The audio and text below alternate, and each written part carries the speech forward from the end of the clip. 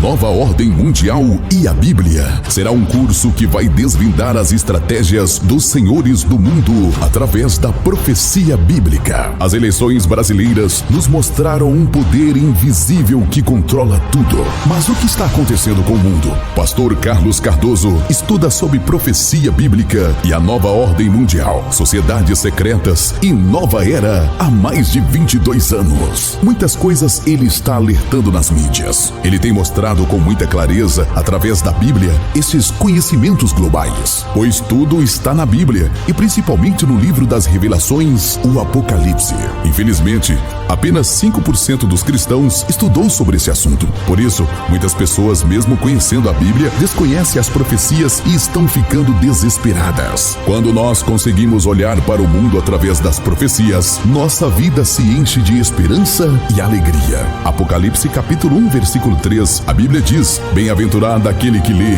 que ouve e guarda as palavras dessa profecia, pois o tempo está próximo. Venha mergulhar neste curso. Com certeza sua vida vai se transformar e você pode ensinar e pregar sobre o Apocalipse com mais excelência. Nesse curso, abordaremos os seguintes temas: 1. Quando começou a ideia de um governo único? 2. A Bíblia e os anjos caídos. 3. A nova era e a era de Aquários. 4. Até quando o governo humano vai durar? 5. Satanás, o imitador de Deus desde o princípio. 6. Sociedades secretas e Clube Bilderberg e Fórum Mundial Econômico. 7. Quem controla a mídia, os governos, educação e religião. 8. Quem gera o caos para depois dominar sobre ele. 9. Única moeda, único governo, única religião. 10. Porque está se divulgando amplamente uma nova ordem mundial. 11. Quando um líder global vai surgir. 12. Aquecimento global existe. 13. O que é HAARP? 14. Existem campos de concentração na Terra? 15. A Terra é plana ou é um globo? Você não pode ficar de fora. Clique nesse link e venha fazer parte do curso Apocalipse na Veia. Entre em contato conosco. Temos uma equipe preparada para lhe atender. 41 99202 1374. Nosso capítulo 4, nós vamos continuar hoje e amanhã. Hoje eu vou falar até o verso de número 5 e amanhã eu termino o capítulo 4 de Amós. E a gente vai pregar Amós, irmãos, por esses dias, porque Amós ele retrata muitas coisas do que nós estamos vivendo como cristãos, e Amós retrata,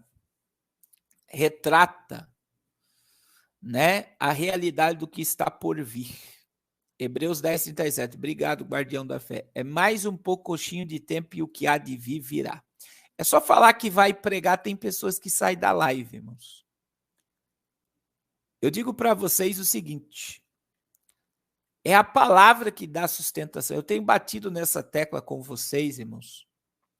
Não adianta nada você estar carregado de informações da nova ordem mundial, do que vai acontecer, se você não tiver Bíblia, raiz, estrutura. Se na hora que o vento vir, ele te engole, o sistema te engole, se você não tiver na palavra. Então é a palavra que nos mantém de pé. Eu gostaria, antes de pregar, de pedir a sua ajuda, irmãos. É sábado, eu chego na Amazônia com a missionária Raquel. Não deixe de nos apoiar, irmãos. Não deixe de nos apoiar. Não deixe de nos ajudar em nome de Jesus. Nós precisamos do seu apoio para a obra missionária. Vamos lá. Amós capítulo 4. Ouvi esta palavra, vacas de Bazã, que estáis nos montes de Samaria, opprimis os pobres, esmagai os necessitados, e dizeis a vosso marido: dá cá e bebamos. Jurou o Senhor Deus pela sua santidade que dias estão por vir sobre vós, em que vos levarão com anzóis e a vossas restantes com fisgas de pescas. E sereis cada uma em frente de si pelas brechas, e vos lançarei para irmão, disse o Senhor. Vinde a Betel, olha o verso 4 e 5, é muito forte isso aqui, irmão. Vinde a Betel e transgredi, e julgai e multiplicai as transgressões, e a cada manhã trazei os vossos sacrifícios, em 3 dias os vossos dízimos. E ofereceis sacrifícios e louvores do que é levedado, e apregoai ofertas voluntárias e publicai-as, porque disso gostais, ó filhas de Israel, disse o Senhor. Irmãos, ontem nós falamos, né, sobre o pecado de Israel, o pecado de Israel. E nós falamos que Deus iria destruir a tal ponto que ele usa a metáfora, né, do pastor que leva a ovelha para pastar. E a destruição seria devastadora, porque o leão iria rugir e destruir Israel, e só iria sobrar as 2 pernas e o pedaço de orelha, quer dizer, a destruição total. Deus abençoe, irmã Daniele. A destruição total de Israel. E o Senhor, além de falar que só iria sobrar as 2 perninhas e o pedaço de orelha, falou que eles iriam fugir com um pedaço da cama e do leito. Quer dizer, eles nem cama teriam no cativeiro. E aí vem o profeta agora falando algo muito forte. E é muito forte, irmãos, é muito forte. O que Deus revela aqui. Porque Deus vai tocar nas mulheres. As mulheres, as esposas dos maiorais de Israel. Elas faziam os esposos oprimir os pobres para se embebedar e fazer as suas festas e aparecer. E veja que Deus chama essas mulheres de vaca de Bazã. Era o melhor gado que existia, que tinha a melhor pastagem, a melhor carne. Deus chama as mulheres de vaca de Bazã. Está aí no capítulo 4. No Brasil, isso seria uma afronta. Mas aqui Deus estava dizendo, olha só, ouvi esta palavra, vacas de Bazãs, que está no meio de Samaria, oprimi os pobres, esmagai os necessitados e dizei aos vossos maridos, dá cá e bebamos. Jurou o Senhor Deus pela sua santidade que dias estão por vir sobre vós, que vos levarão como anzóis e as vossas estantes como as figas de pesca. Sereis cada uma em frente de si para as brechas e vos lançarei para o irmão, disse o Senhor. Sabe o que Deus está dizendo? Deus está dizendo, vocês mulheres oprimem os vossos maridos a escravizar os pobres para as vossas luxúrias, as vossas festas. E quem é que vocês estão oprimindo o pobre? Vocês esmagam os necessitados e dizem aos vossos maridos, dá cá e bebamos. E veja, meus irmãos, o profeta está pregando para a elite de Israel. E eu vou dizer algo muito forte para vocês. Isso aqui estava acontecendo dentro do sistema de Israel. As mulheres oprimiam os maridos a forçá-los a trazer dinheiro para elas se aparecer. A Bíblia diz que a mulher sábia edifica a casa e a tola destrói.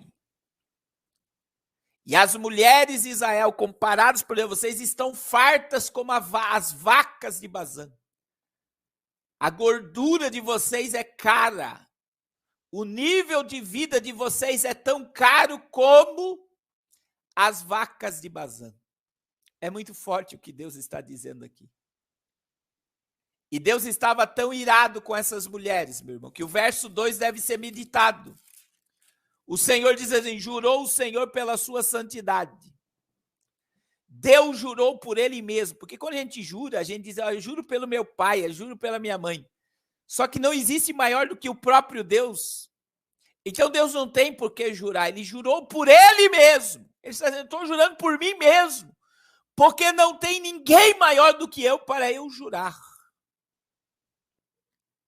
Que eu estou vendo a luxúria de vocês.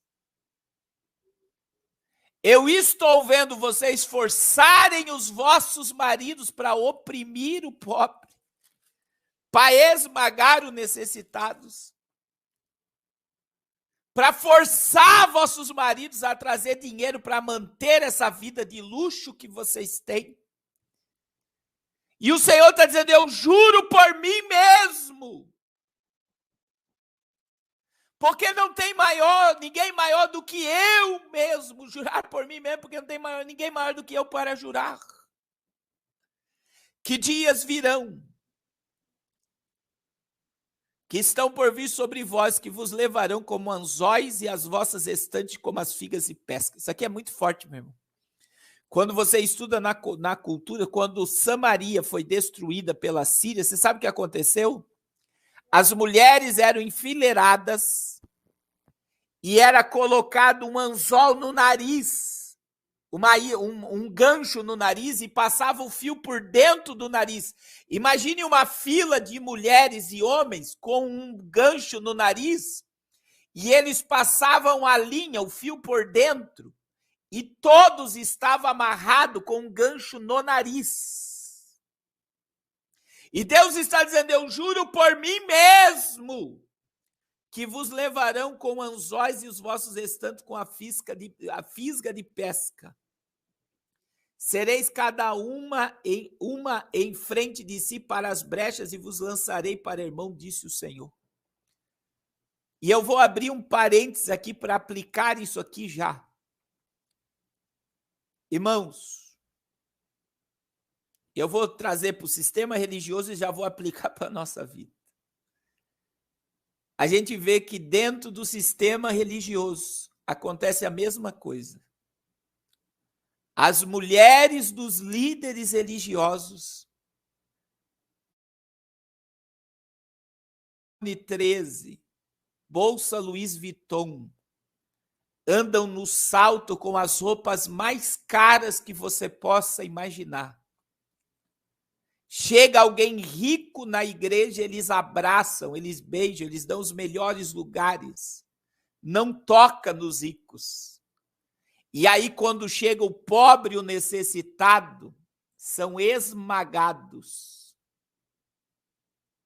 Não pode dar paz ao Senhor. Não pode chegar perto.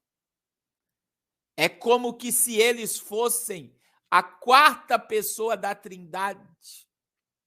E existem muitas mulheres de líderes que manipulam nos bastidores, que se não for do jeito delas,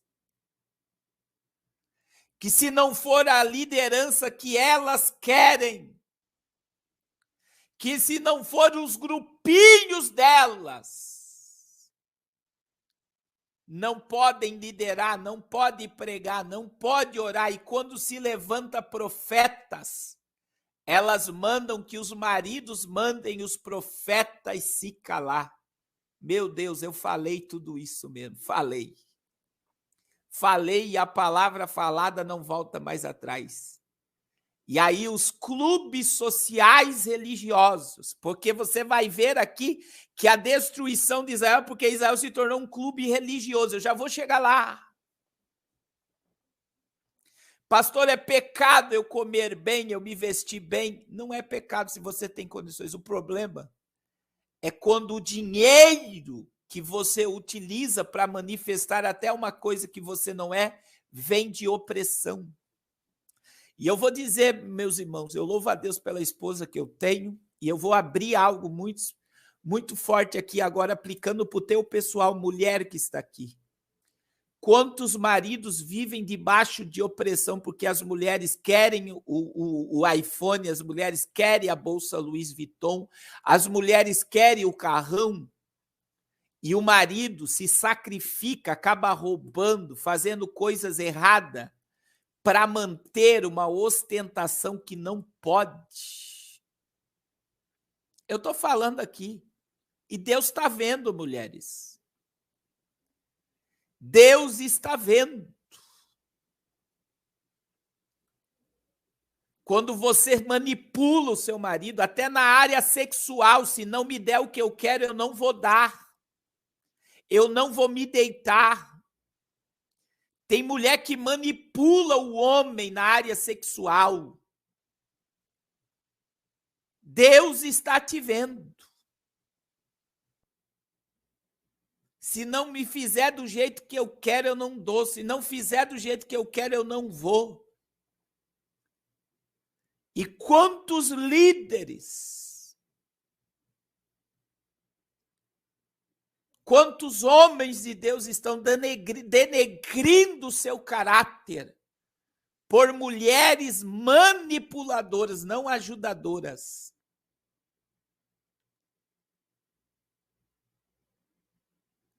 Mulheres que, se não for do jeito delas, são as verdadeiras Jezabel,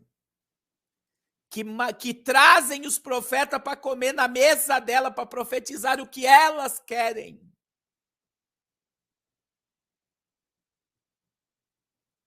Que elas querem. E depois se faz de tadinha por trás, se faz de coitadinha por trás.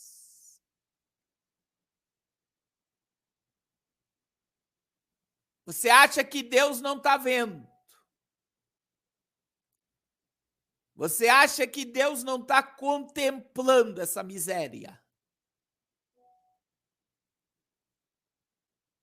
Você acha que tudo isso não está sendo anotado no memorial de Deus? Porque igrejas que são clubes sociais, as pessoas têm que ostentar uma coisa que não são. As pessoas se sacrificam para ir jantar depois do culto com a cúpula. As pessoas se sacrificam para andar bem vestido como a cúpula quer. As pessoas se sacrificam para andar daquele jeitinho. E aí, meu irmão, se endividam, fazem os maridos fazer loucura.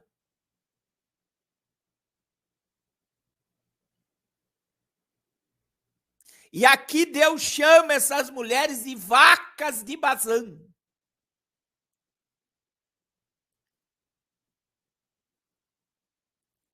É o próprio Deus, usando a boca do profeta. Ouvi essas palavras, vacas e bazãs, que estáis no monte de Samaria. Oprimis os pobres e esmagai os necessitados, e dizeis aos vossos maridos, dacai e bebamos. E Deus disse, eu juro por mim mesmo, que vocês serão levadas em anzóis para o cativeiro. A bolsa, o sapato, o carro, a luxúria, não vai livrar vocês da minha ira, diz o Senhor.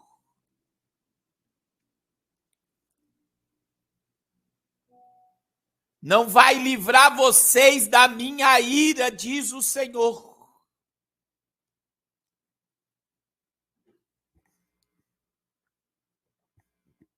Eu contemplo, eu vejo, eu analiso, eu sondo, eu conheço.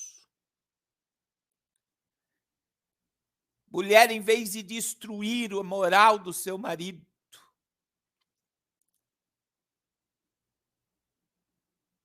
você tem o poder de levantar o seu marido. Eu sempre aconselho, se as mulheres soubessem o poder de potencializar o marido que tem, sem precisar manipular. Eu falo de todo o coração, irmãos. Eu fui para um culto com a missionária hoje, a gente lembrando. Eu morei no Espírito Santo, eu tinha um Gol. que eu andava com uma pinça de sobrancelha. Tem aquelas pinças de sobrancelha? Eu andava com uma pinça de sobrancelha porque o carburador do Gol sujava. E tem uma agulha do carburador que você tira. Quem teve carro sabe o que é isso. Aí eu pegava a pinça para tirar aquela agulha e soprar, para sair a sujeira do carburador para mim chegar em casa. E quantas das vezes, irmãos, eu tive que deixar a missionária Raquel dentro do carro com o Pedro e o Mateus pequeno, com um galão de gasolina, porque acabava a gasolina, que eu colocava R$10 no posto. R$10 para chegar no meu objetivo. Quantas das vezes de acordar de manhã na obra de Deus sem ter o que comer em casa. E eu falar com ela, eu vou orar até Deus mandar a provisão e ela dobrar o joelho do meu lado e orar e derramarmos lágrimas e o telefone tocar com a provisão.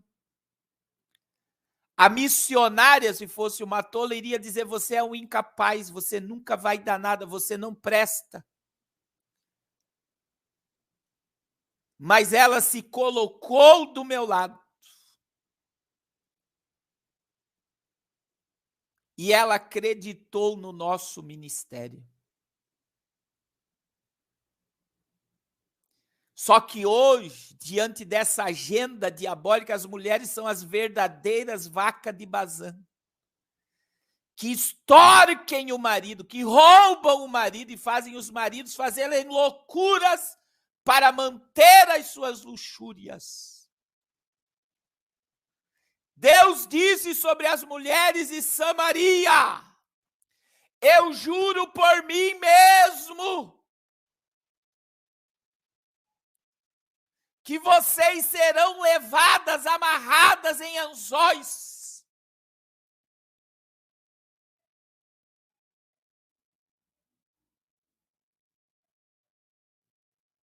Eu juro por mim mesmo, que eu vou acabar com a farra, porque vocês amam oprimir o pobre. Amam fazer com que seus maridos oprimam o necessitado para dizer, dai-me dinheiro para mim beber, para as minhas luxúrias. Deus está dizendo, eu juro por mim mesmo. Só que o pior, irmão, é o verso 4 e o 5. E aqui, meu irmão, segura aí que eu vou falar. Porque olha que além das mulheres fazerem com que os maiorais de Israel oprimissem o pobre, esmagassem o necessitado, Deus vai falando, vinde a Betel e transgredi Gilgal e multiplicai as vossas transgressões. Você sabe o que Jeroboão fez? Jerusalém é o templo de Salomão.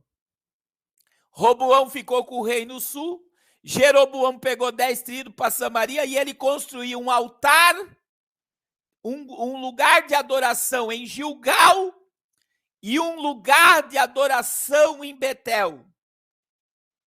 Só que no lugar do culto de Samaria, tinha um bezerro de ouro em Gilgal e um bezerro de ouro em Betel. E Deus olha para o culto de Betel e de Gilgal e diz, venha transgredir, multiplicai as vossas transgressões. E aqui é forte, e a cada manhã trazei os vossos sacrifícios, e de 3 em 3 dias os vossos dízimos. Irmãos, presta atenção, esse povo, eles eram amantes do templo de Gilgal e de Betel. Eles eram amantes do templo de Gilgal e Betel. E o dízimo judaico, bíblico, era levado uma vez por ano. Eles levavam o dízimo a cada 3 dias. Eles sacrificavam toda manhã. Só que para Deus não era culto. Todas as vezes que eles iam em Betel, em Gilgal, Deus está dizendo, vai transgredir. Multiplica as vossas transgressões. Sabe o que Deus está dizendo? Eu não recebo o culto de vocês.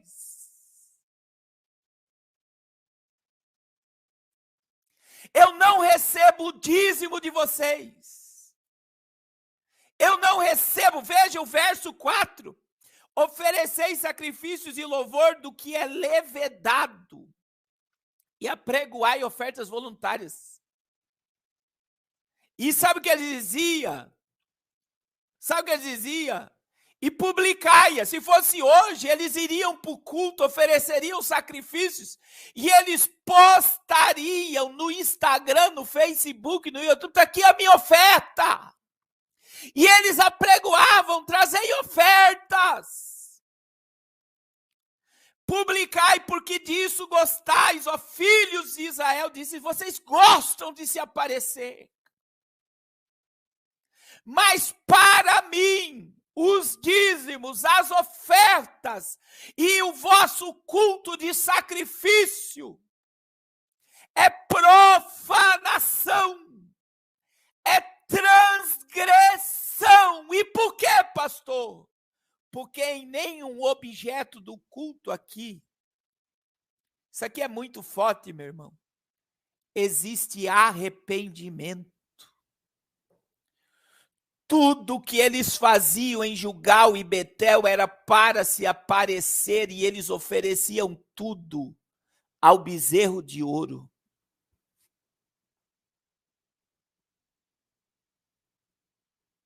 Antes de Deus receber meu dízimo e oferta, ele me recebe. Eu sou o sacrifício vivo. E se ele não tem espaço no meu coração, se não há arrependimento, humilhação e reverência no meu coração, a minha oferta é profana.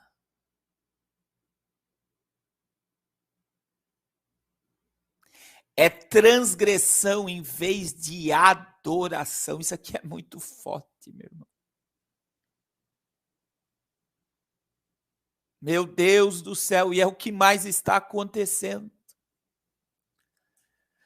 Qual é o propósito do culto?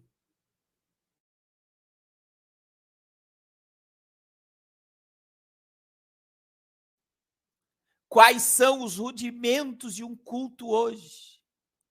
Qual é o propósito de ir ao templo hoje? Não há arrependimento no coração das pessoas. O propósito do culto, o propósito da adoração é eu. E aí as pessoas postam, as pessoas ostentam o culto. Mas para Deus é transgressão, por quê? Porque no coração dessas pessoas ele não tem espaço. Eles têm o ritualismo religioso de se aparecer. Eles gostam de se aparecer. Eles gostam de se mostrar. Eles gostam de postar o que fazem. Mas eu não tenho espaço no coração deles, porque eu não vejo no coração deles arrependimento. Segundo, veja o que está no verso 5. O culto desse povo era desacordo. Veja bem o que diz. Jeroboão estabeleceu o bezerro de ouro. Segundo, e aqui segura que eu vou falar, os sacerdotes, o culto de Gilgal e os sacerdotes, o culto de Betel, não eram da linhagem de Levi.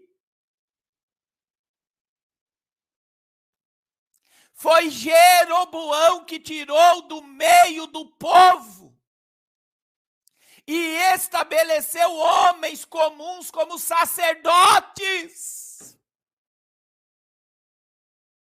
Os sacerdotes do Reino do Norte não tinham linhagem sacerdotal. Irmão, isso aqui é muito forte, sabe por quê? Porque muitos pastores não são pastores. Não tem cheiro de ovelha, não é pastor. Não tem coragem de tirar o carrapicho da ovelha, não é pastor. Não tem coragem de curar as feridas da ovelha, não é pastor, porque não tem linhagem sacerdotal. Foram consagrados por causa do seu dízimo, da sua oferta, do seu patrimônio, não tem chamada. A maioria dos presidentes religiosos de grandes denominações estão lá porque são filhos, porque são netos, mas não tem chamada pastoral. E por não ter chamada pastoral, o culto está de desacordo com a palavra.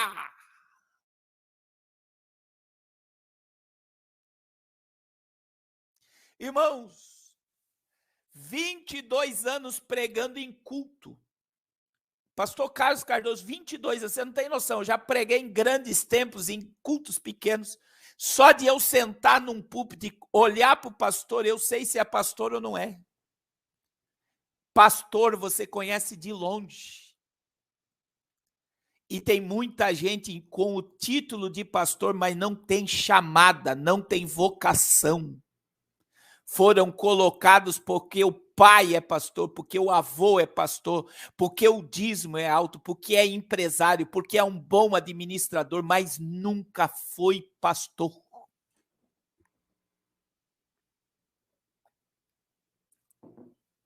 Vocês estão entendendo?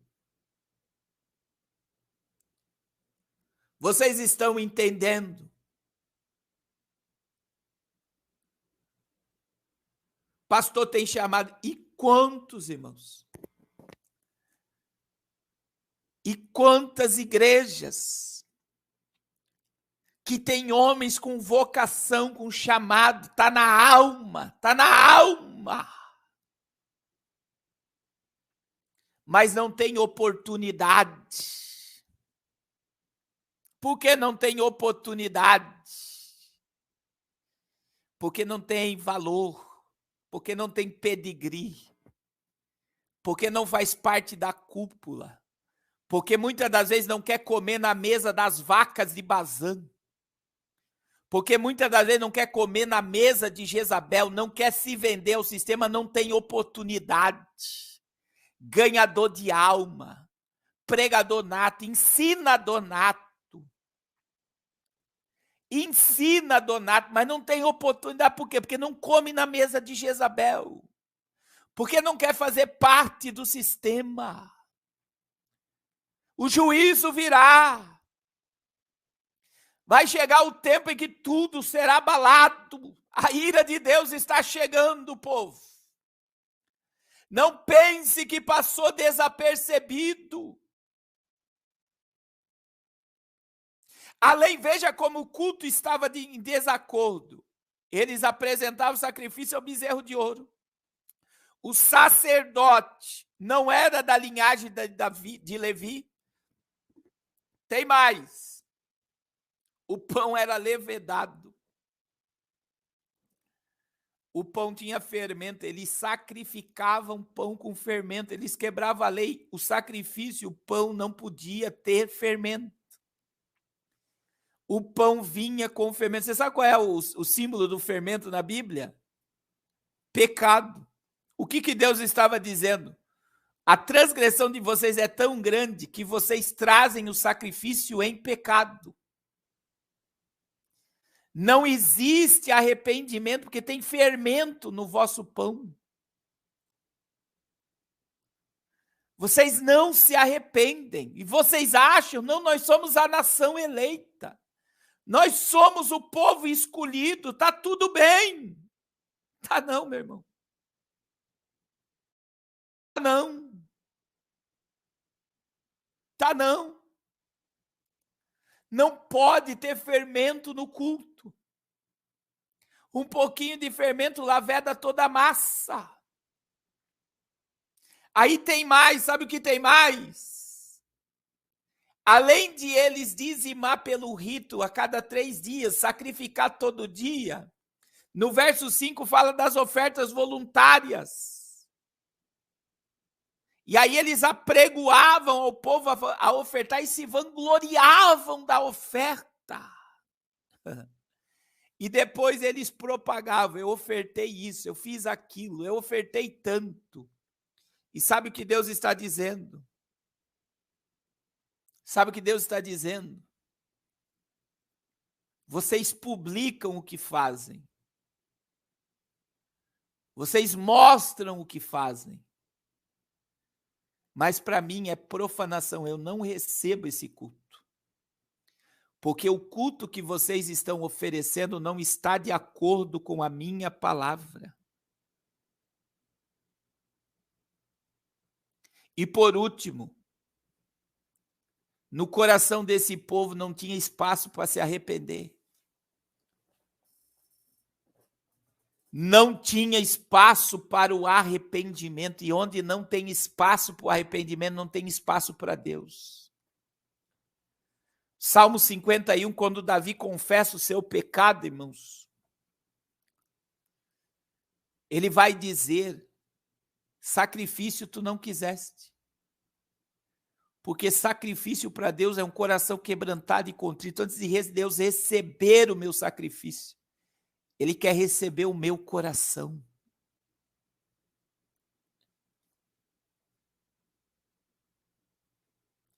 Então, o culto que não está de acordo com a Bíblia não é culto. O culto que não leva o homem ao arrependimento não é culto, é profanação. E eu quero que você agora, aplicando essa palavra, eu digo para você o seguinte: amanhã nós vamos terminar o capítulo 4. Presta atenção, eu quero que você analise comigo. Que culto é que nós estamos oferecendo a Deus? Aí talvez você diga, pastor, é pecado. É pecado ter dinheiro? Não é pecado. Esse povo tinha muito. Você vê que eles tinham tanto que eles dizimavam a cada 3 dias. Eles ofertavam e publicavam a oferta. Eles sacrificavam diariamente. Eles viviam envolvidos no mundo do gospel. É o que mais você vê hoje. O povo está tudo envolvido no gospel. É seminário de cá, é seminário de lá, é hotel daqui, é clube de lá, e vamos para cá, e vamos para lá. O povo está envolvido. Mas qual é a motivação desse culto? O pecado de ter dinheiro não é pecado, porque a Bíblia diz que não é o dinheiro o problema, é o amor ao dinheiro. É pecado, meu irmão, você viver para o dinheiro e usar de mentiras para enriquecer, oprimir pobres para enriquecer, para manter a luxúria. Isso é pecado. É você amar mais o dinheiro do que a Deus, é você ostentar uma coisa que você não pode. Para ostentar essas coisas, você oprime pessoas, oprime esposa, oprime pessoas. E aí, você vê que dentro dessa aplicação, voltando às vacas e bazãs, as esposas podem levar os maridos às práticas desonestas, a manter a vida luxuosa, porque elas querem aparecer, e elas fazem com que os maridos oprimam, roubam, fazem empréstimo, vivem trabalhando para quê? Para manter a luxúria delas. Irmãs, a mulher sábia edifica a casa. O que levou tamanho juízo de Israel é porque eles oprimiam o pobre para manter o luxo. Eles esmagavam os necessitados para manter o luxo.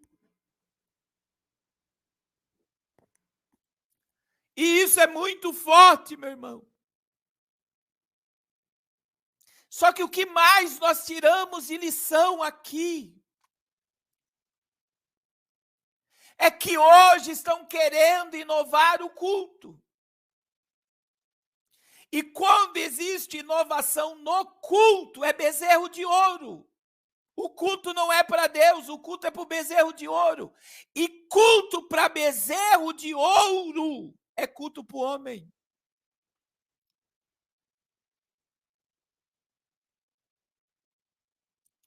O culto hoje é para o homem. As reuniões gospel hoje é para o homem se sentir bem, mas não para ser confrontado do pecado, é bezerro de ouro. Culto para o homem é culto para bezerro de homem, para bezerro de ouro. Culto para o homem é bezerro de ouro. O culto é para Deus. A oração, o louvor, a pregação é para levar o homem a Cristo. O culto tem que ser cristocêntrico. E, infelizmente, os cultos dos megas templos é para o homem. E existem muitos altares que, se você pegar o sermão pregado, você não vai ver nem o nome de Deus e nem o nome de Jesus. Você vai ver os pastores pregando: você é capaz, você é isso, você é aquilo outro, você é isso, você é aquilo outro. Tudo é direcionado ao homem. E tudo que é só direcionado ao homem é bezerro de ouro. Todas as vezes que existem inovações no culto, não, nós temos que fazer uma baladinha gospel para trazer jovem, bezerro de ouro. Não, nós vamos ter que inventar um bar gospel, para o povo não ir para a balada, bezerro de ouro. O culto a Deus não pode ter fermento, não pode ter mistura. E veja que esse povo achava que estava tudo bem porque estava sacrificando, porque estava ofertando. E Deus está dizendo, está aqui, irmão, está no verso 4, transgressão. O que vocês fazem em Betel, em Gilgal, para os meus olhos é transgressão. Quem oferece sacrifício nem sacerdote é, eu não conheço como sacerdote, não tem sangue de sacerdote, não tem linhagem de sacerdote, eu não recebo. Eu não recebo, é transgressão.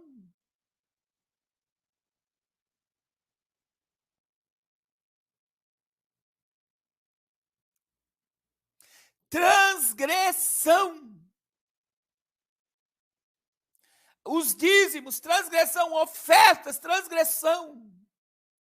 Vocês vivem postando, ostentando, mostrando, mas para mim é transgressão.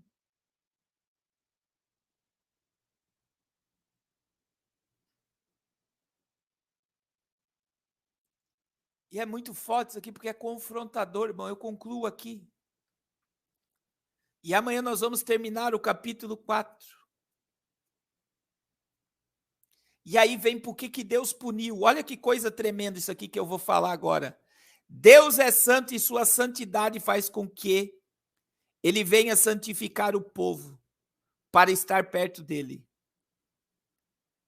A santidade de Deus quer que ele santifique o povo que ele comprou com o sangue de Jesus.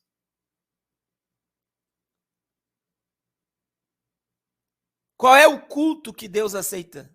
Daqueles que foram comprados e que aceitam passar pela santificação. A santidade de Deus faz com que ele venha santificar o povo que ele comprou com o sangue de Jesus. Irmãos, Deus, ele não mudou. Deus não quer parte de nós, ele quer tudo. Esse que é o problema.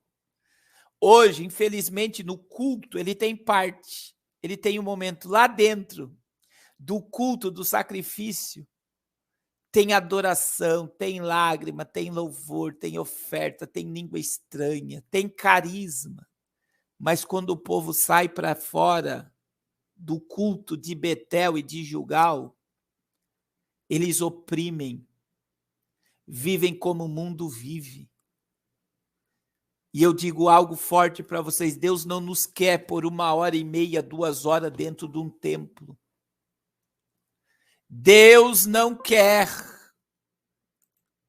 você 1h30, 2 horas dentro do templo. Deus te quer por toda eternidade ao lado dele. Eu repito, Deus não te quer por 1h30, 2 horas dentro de um templo. Deus te quer por toda eternidade ao lado dele. Para isso acontecer, você precisa acostumar agora a ter relacionamento com ele. E sabe qual é o problema, meu irmão? Nós vamos chegar no capítulo 8, nós estamos só no capítulo 4 ainda. Nós vamos chegar no capítulo 8. Sabe qual é o problema? Que hoje Deus tem parte. Irmão, seja sincero para nós concluir. O que te faz servir a Cristo? O que te faz ir num culto? Será que você não está indo para o culto por simples ritualismo religioso? Será que você não está dizimando pelo simples ritualismo religioso? Será que você não está ofertando pelo simples ritualismo religioso? É o que Israel estava fazendo. Eles amavam o templo. Eles amavam dizimar, amavam ofertar, amavam. Mas era ritual. O coração deles não estava em Deus. E antes de Deus receber a minha oferta, ele recebe a mim. Eu sou o sacrifício. E se ele não tem espaço aqui, tudo que eu faço, qual é o objetivo? Qual é o propósito do teu culto?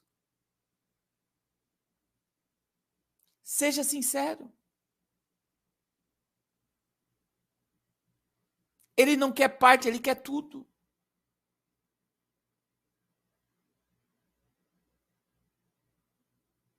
Ele não quer parte, ele não quer momentos.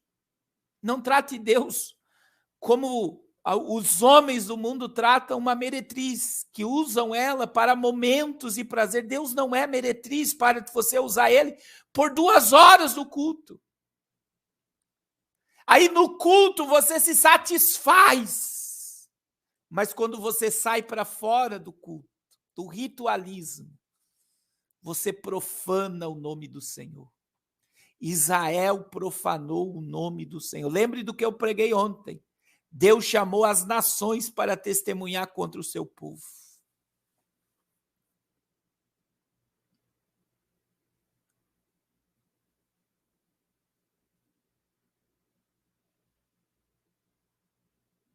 Irmão, se entregue. Se renda sem reserva ao propósito de Deus na tua vida. Até quando você vai viver essa vida de momentos?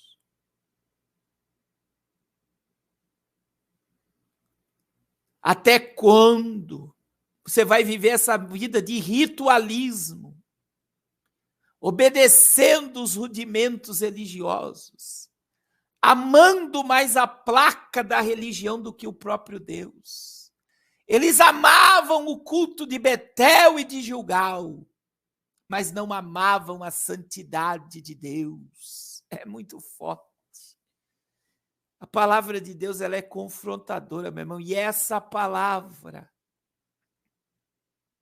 ou nós nos enquadramos nessa palavra, ou nós imergimos nessa palavra, nós vamos viver do evangelho raso, o evangelho de migalha, que fica correndo atrás de profeta e revelação. Crente que vive correndo atrás de profecia e revelação é crente que vive de migalha. É crente que vive de momentos. Agora, quando eu ouço a palavra e eu pratico ela na minha vida, meu irmão, isso gera uma mudança. E eu louvo a Deus porque eu tenho recebido muitos testemunhos esses dias. Pastor, depois que eu comecei a ouvir a palavra no seu canal, minha vida mudou como nunca. Isso não tem preço, irmãos. E que Deus nos guarde, nos esconda debaixo do sangue. Porque se for para nos gloriar, tem que ser na cruz de Cristo. Toda a glória, toda a honra pertence a Jesus. Porque dele, por ele, para ele são todas as coisas. Aleluia. Aleluia. E eu termino aqui perguntando para você. Eu ouvi isso hoje. Você é membro do corpo de Cristo ou você é uma prótese? O que fez Deus punir Israel? Porque Israel era uma prótese, eles não eram membro. E eu vou explicar.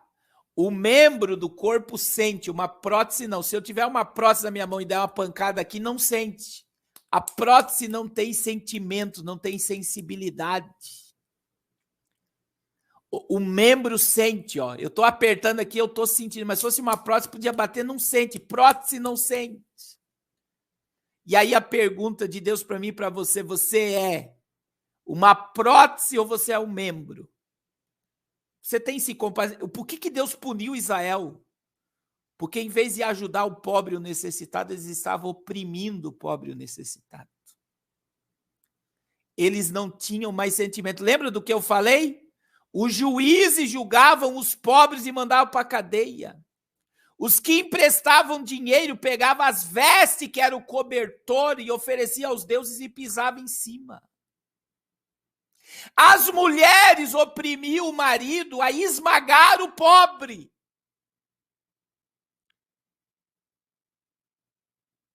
Prótese jamais vai sentir a necessidade do próximo, não tem empatia.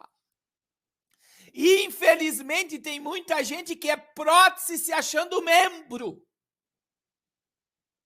Porque não sente nada, não sente compaixão, não sente amor.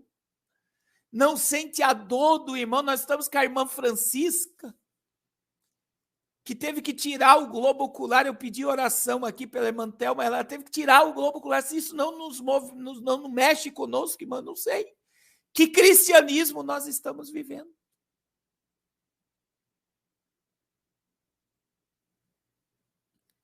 Agora, se você é membro do corpo, você sente.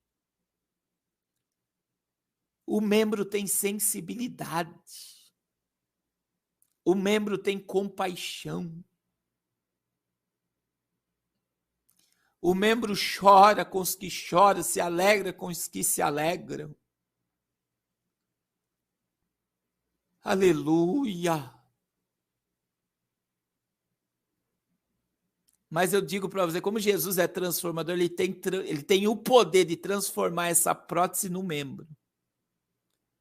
Mas para isso a prótese precisa querer passar pelo processo. Qual é o processo, pastor? Se render à palavra.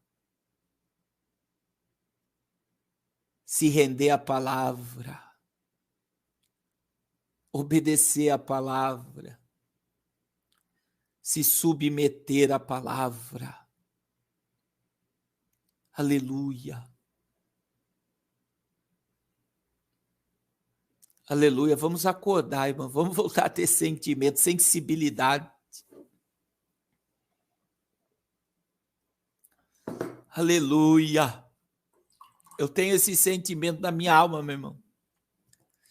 Eu preciso fazer mais pelo reino de Deus. E eu tenho consciência que se eu der minha vida pelo reino de Deus, ainda eu posso ser chamado de servo inútil, porque eu não fiz mais nada do que minha obrigação. É minha obrigação me gastar e me deixar gastar pela obra. Como Paulo diz, eu me deixo gastar, eu me deixo gastar por vocês.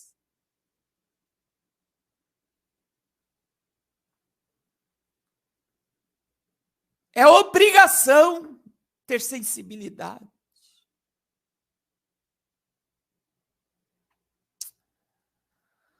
Aleluia.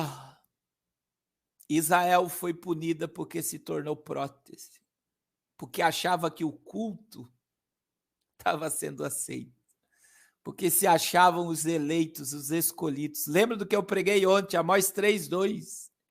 Eu escolhi só vocês e todos os povos da terra, de todas as famílias da terra, eu escolhi só vocês. Mas eu visitarei a vossa iniquidade.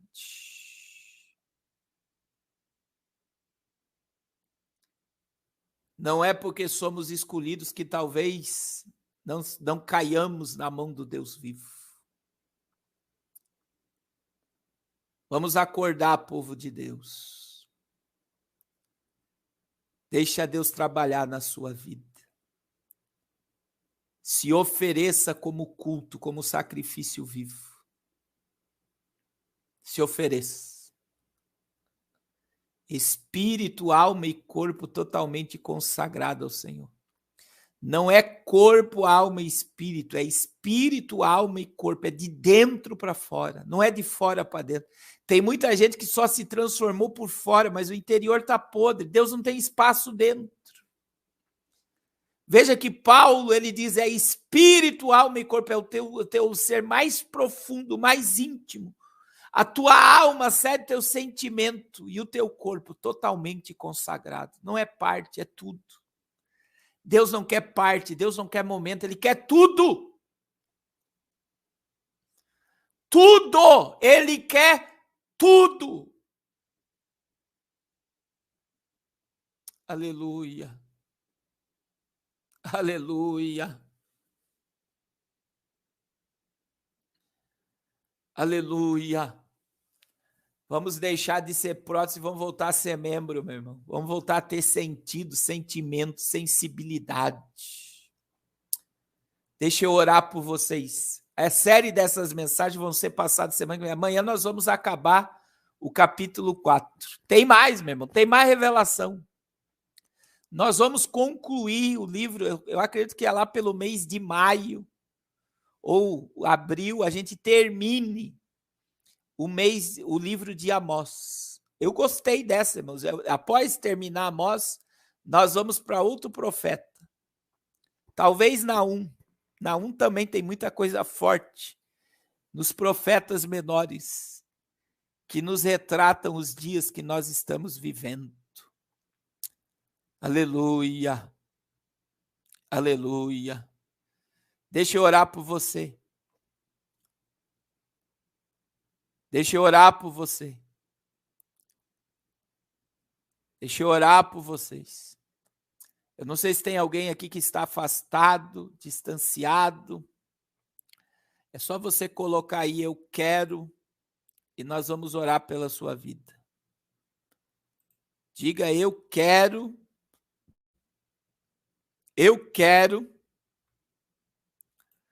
e nós vamos orar pela sua vida. Nós vamos interceder pela sua vida.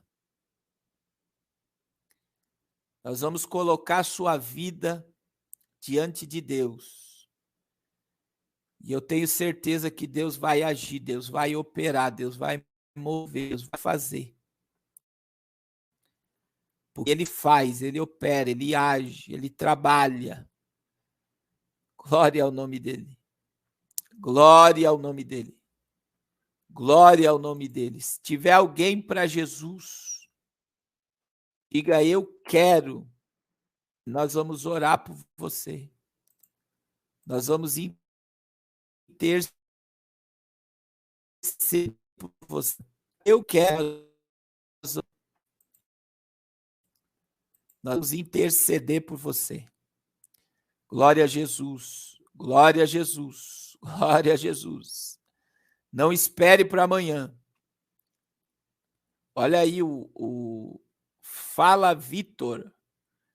Ele quer e está pedindo oração pelo pai dele. Se tiver mais alguém, diga, eu quero. A minha irmã Rosa, nós vamos estar orando pela sua vida. Em nome de Jesus, nós vamos interceder, irmã, agora. Eu vou esperar 1 minuto, irmãos, e nós vamos estar orando. Aleluia. Tem mais alguém para Jesus? Glória a Deus. Olha aí, irmã Iraci de Paula. Vamos orar pela sua alma. Olha, irmão Raimundo, e está pedindo oração pelo seu filho Elcio. Glória a Deus. Se tiver mais alguém, não perca essa oportunidade. Se renda, se volte. Jesus está te chamando. Jesus está te chamando hoje. Não espere para amanhã o que você deve fazer agora. Amanhã pode ser tarde demais. Amém, irmã Maria. Bota o nome do seu filho aí. Glória a Deus. Glória a Deus. Glória a Jesus. Glória a Jesus. Aleluia. Vamos orar, irmãos. Pai, eu quero apresentar essas almas diante da tua presença. Perdoe seus pecados, escreve os seus nomes no livro da vida e que uma nova história venha se manifestar sobre a existência dessas almas. Que elas sejam livres de toda condenação e juízo. Senhor, quantas pessoas orando por libertação de familiares, quantas necessidades no meio do teu povo. Senhor, age, Senhor, no meio dessas famílias. Quebra as cadeias, os grilhões, as fortalezas. Que caia por terra todo espírito imundo que está tentando destruir casamentos e lares. E levando filhos dos teus servos à droga, ao mundo e ao pecado. Senhor, restitui o teu povo. Restaura o teu povo. Ó Deus de poder, manifesta, Senhor. Manifesta, Senhor. Manifesta, Senhor, sobre o teu povo os teus sinais. Desperta o teu povo, Senhor. Leva teu povo a uma mudança.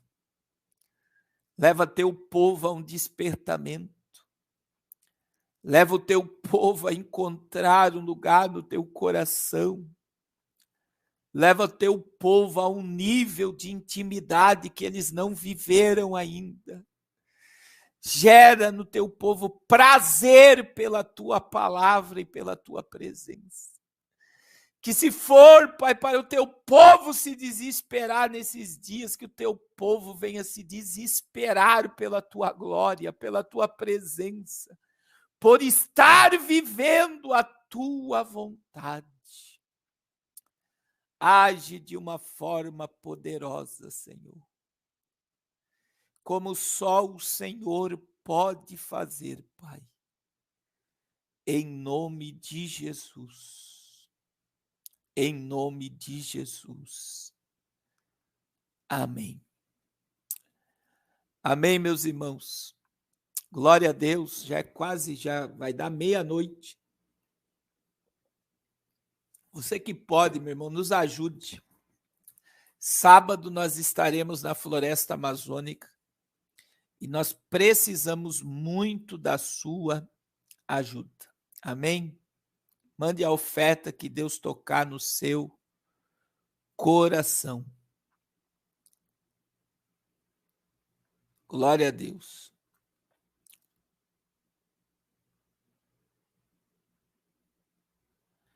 Glória a Deus. Oi, irmão Márcio, Márcia Regina, coloca o nome da sua mãe aí, em nome de Jesus. Glória a Deus. Irmãos, Deus abençoe muito a vida de vocês, muito mesmo. Sejam mantenedor dessa obra, meus irmãos. É vocês que têm nos levado lá no fundo do poço a resgatar as almas. Vocês são a corda que nos leva até as almas. Eu creio, irmãos, que essa semana na Amazônia mais de 30 vidas vão aceitar Jesus. Nós já temos almas lá que se batizaram da primeira viagem que a gente foi na Amazônia. Isso não tem preço, né? Isso não tem preço. Então, em nome de Jesus, seja a corda que nos leve até lá, para arrancar as almas das garras do diabo. Juntos nós estamos fazendo uma grande obra para Deus, que só a eternidade vai revelar, meus irmãos. Juntos nós estamos fazendo uma grande obra para Deus, que só a eternidade vai revelar. Nós vamos compartilhar lá nas boldas do Cordeiro o que Deus está fazendo agora na terra. Acredite nisso que eu estou falando. Nós vamos compartilhar nas ruas de ouro o que Deus está fazendo na terra através da nossa vida. Eu já contemplo nós reunidos por toda a eternidade. Lá no céu nós vamos andar abraçados, meu irmão. Aleluia, aleluia, aleluia. Contando os testemunhos. Você dizendo, pastor, enviei oferta ao dia. Eu vou falar, tua oferta me levou até essa alma. Lá vai ser revelados os mistérios. Hoje nós vemos só o embaçado, né, como um espelho daquele tempo. Mas lá nós teremos a clareza das coisas. Aleluia. Irmãos, Deus abençoe. Está sendo muito gratificante essas noites de mensagem. E isso já estava no meu coração. Eu vinha lutando para conseguir ter sequências de pregações, que antes, irmãos, o que eu falo com vocês de coração, não adianta nada a gente saber tudo sobre nova ordem mundial e não tem Bíblia. A Bíblia é a fonte de vida. Nós vamos ficar com a palavra. A Bíblia não mente, a Bíblia não erra, a Bíblia é a verdade. Aleluia. A Bíblia nos faz andar na luz como Ele na luz está. E quando nós andamos na luz, no conhecimento, como Ele vive no conhecimento, e tivermos comunhão uns com os outros, o sangue de Jesus nos purifica de todo pecado. Aleluia. A Bíblia nos faz andar na luz como Ele na luz está. A luz no hebraico é conhecimento. Aleluia. Com certeza nós vamos nos conhecer no céu. Pedro conheceu Elias e Moisés na transfiguração. Aquilo dali é a prova. Mateus 17 é a prova que nós nos conheceremos no céu. Jesus conversou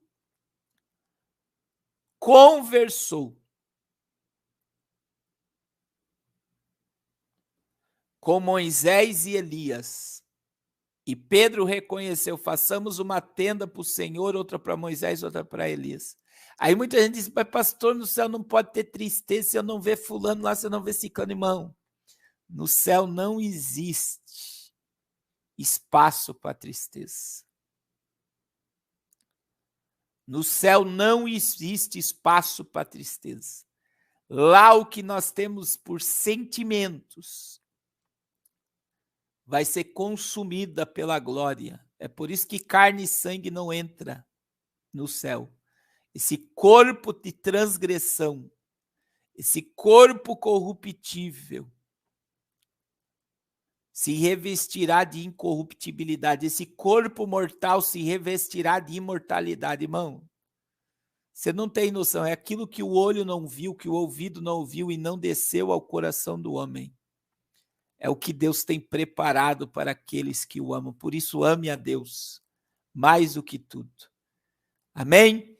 Irmãos, Deus abençoe. Até amanhã, em o nome de Jesus. Deus abençoe.